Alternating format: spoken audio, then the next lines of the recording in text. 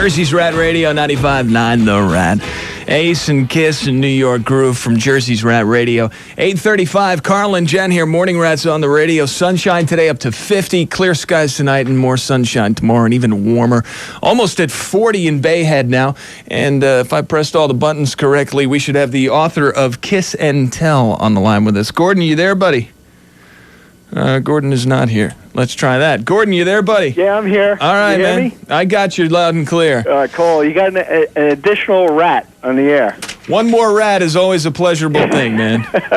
Welcome to the crew. How you doing? Good. Excellent, man. You got a book called Kiss and Tell, and it's a lot of the dirt on Ace and the boys. You met Ace when? We were acquaintances for the longest time because we grew up in the same neighborhood, but he was older, and I'm a professional keyboard player. Okay. So we used to go, I used to record in the same studio he used to hang out in. But, you know, like I said, we were acquaintances until he befriended a mutual friend of ours. And it's kind of a tragic note, and I don't want to give it away. It's in the book. But through a tragedy, we bonded. And beyond that, we were best friends for like 10 years. Okay. Close to 10 years. So you've had some good times and some bad times with Ace. Yep. And how much of those bad times included the band Kiss, or were just between you and Ace? It was mostly between Ace and I. My co-author, Bob McAdams, he documents all the Kiss years because he was friends with Ace since he was like 14. Okay. And they were the same age. They grew up in the Bronx together. And he was pretty much Ace's cohort all throughout the Kiss years. Now, some of the stuff in the book is a little on the dark and delirious side, involving drinking and drugs and whatnot. Is Ace cool with this book? Is he, or is he like a little on the shocked or disappointed side that this is going around? Well, put it this way: Ace burnt his bridges with me in '93. And I really haven't had any direct comment from him, and I'm not worried about it. Okay, well then let's talk about some of that dirt then.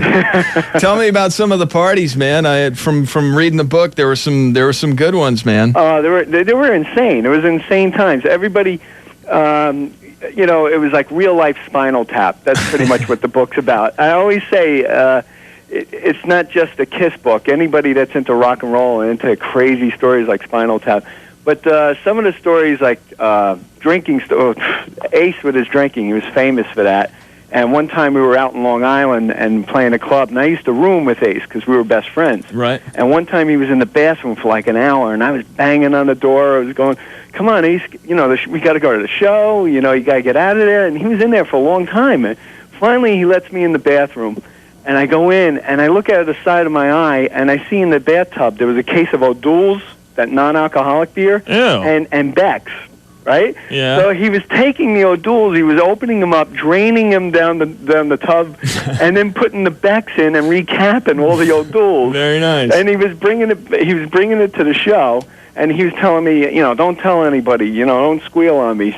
So he wouldn't look like a drunk? Right. He was celebrating his sobriety on stage, going, "Look, I'm drinking non-alcoholic beer, O'Doul's." He didn't fool anybody because by the time he got to the song "Rock Soldiers," which is an anti-drinking song, he forgot all the words. Somewhat of a dead giveaway. Yeah. Tell me about the girls, man. Backstage, who got them first? Gene, Paul, Ace? Who'd get the chicks first? Incredible. Pretty much, Paul and Gene got all the celebrities. So, Ace did well with the ladies, but Kiss wasn't really much of a girl band. I'm saying it nicely. I say it differently in the book, but they weren't like a groupie band like Bon Jovi or anything like that. Majority of the audience were all guys, and a lot of the girls that were there were dragged from their boyfriends to go see the show. Okay, but they got their fair share. It wasn't like it was totally dry out there, but. We've got some great groupie stories in the book also. I understand Ace was prone to slipping some of the women Mickeys in order to get into the panties, so to speak. All the time. Ace would go, "Oh, let's get them trashed, let's do this, let's do that." And I was like, that's not a good way, not a confident way to get women. I guess that's one way to go about it, not the proper way, but what are you going to do? The book is Kiss and Tell. Up next on the Rat, we'll tell you... Can we get into the oral sex stories about the argument that they had, I believe, on a plane? Yeah, at a party, actually. We'll get into that one. All right. We'll be back after the break with Gordon Gebert. Mm-hmm. Kiss and Tell is the book. It's available at Barnes and Nobles. If it's not on the shelves, they can order it for you. Interesting story about who's performing oral sex in the band. So stick around. 20 before 8 o'clock. Quick check of the roads. Jen is here now. What's going on, Jen? Road Report brought to you by Caldor. I'm Jen Ursola with the 95.9 Road Report. Quarter before 9 o'clock, and on the phone is Gordon with us this morning. He's got a book out called Kiss and Tell. He's spent a lot of time hanging out with Ace Frehley and some of the boys in Kiss. And one of the stories in the book, or in fact, most of them are all firsthand knowledge, right? Yeah, correct. This next story is something maybe you didn't see in person, but you heard about it a couple of times. Yeah, I heard this from various sources, and they were very, very good sources, and I believe them. One of those sources, Crazy Joe Renda, who worked at or ran, I suppose, the North Lake Studios. He was owner. Yeah, he was the owner, and Crazy Joe was famous for discovering the Jerky Boys. Oh yeah. Yeah, he was the one that got them their record deal. He got these two guys. You know the Jerky Boys, and pretty much everybody knows them out there. The world will never be the same. Yeah. Thanks a lot, Joe. and he discovered them and said, hey, you got something here, and he made these guys millionaires instead of just prank callers. So Joe is at a party, and set this scene. This is who is talking here? This is Ace and Peter are talking at the party. Yeah, Ace and Peter were talking at Joe Renda's party, and they got into kind of like a little argument, and it turned into a big heated argument. And right. Everybody was like, everybody usually knows, Ace and Peter and how loud they could get.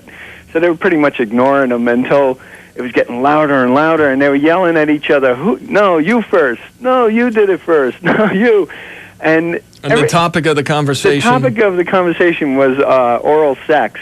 And everybody thought they were arguing over a particular female who got oral sex from her first. Uh-huh. So I'm trying to make the story rated so you don't get thrown off the air. But it turned out that... they were arguing who performed fellatio on who first on each other.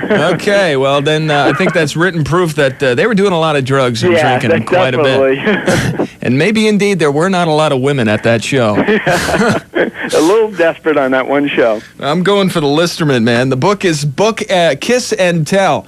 Gordon wrote it about his times hanging out with Ace, and it's available at Barnes and Noble. Suitable for under the tree?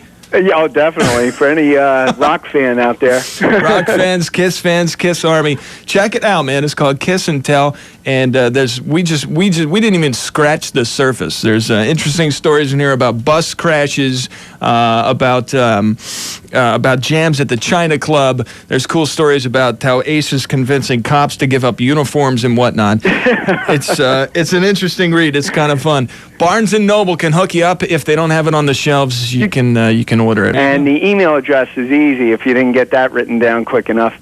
It's kissbook@aol.com. Coolio, man. All righty. What's it going to cost you what do you got to put down? Yeah, the book's $19.95. Oh, there you go. Yeah, we're not raking you or raping you. Sounds good to me. Although from the book, I don't know if Ace would agree. It's the price of admission, they say. Yeah, really. Oh, there's also like over 60 photos never before seen or never before published. It's not one of those books that we took all the stock photos and stuff. This is all like private collection, candid shots of us just hanging around, goofing around. Cool, man. Good for the Kiss fan and the rock fan. It's called Kiss and Tell. Gordon, have a great day, all right? Thanks, man. It's Jersey's Rat Radio 95.9, the Rat 11 before 9 o'clock, and the Nixons on the Rat. Can't see my face.